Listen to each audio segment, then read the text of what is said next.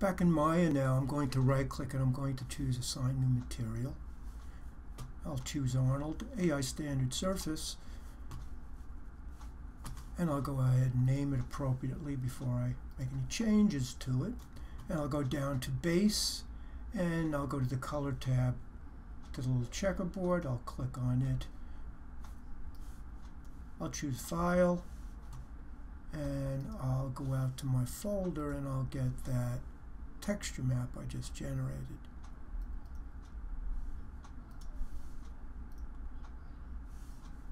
And we should have something like this. I'll hit Command S to save. Now we're going to edit it a bit, but in order to do so we have to make sure that our Move tool is set so that we can preserve the position of the textures. If we would go in now and edit any of these edges or points, it would distort the texture against the geometry. So I'll start by hitting W on the keyboard, and I'll double click on the Move tool over on the toolbar. And in the settings, I'm going to make sure that Preserve UVs is checked off. And that'll allow me to go in and start to edit this now. So I'm going to start by, first of all, I want to crease the sides the way a bag would crease. So if you take a look here, you can see that creased inward. So that's what we need to do first. But to do that, we need to define the geometry further using another tool. I'll select my geometry, and going down to the bottom of the narrow edge, I'm going to go up to the corner of the user interface, and you'll see a number of tools there, one of which looks like a cube and a hammer. And when I click on that, I'm going to see a tool down at the bottom under Tools called Multicut. And if I click on that now, I can go and I can select this point, and then I'm going to select the point just before I get to the bevel, and I'll hit Return.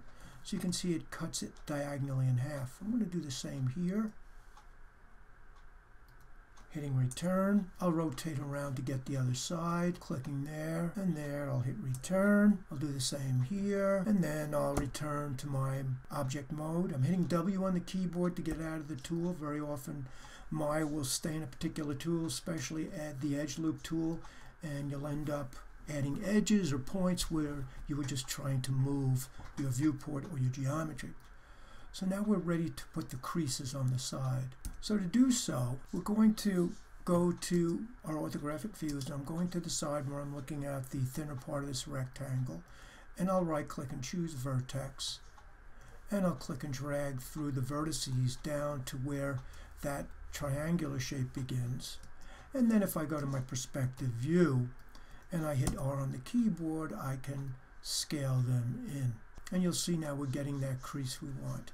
Now I'm not going to go too far because I want to kind of make it seem like there's still content in the bag. So the smaller the crease, the more likely it will look that way. Now I'm going to start to taper the top down. So I'll start by selecting the vertices along the top, and I'll start to bring them this way.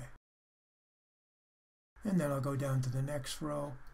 I'll taper it a little bit more so you can see I'm gradually giving it the shape I want. Make sure you do it cleanly, otherwise you may have vertices selected you don't want.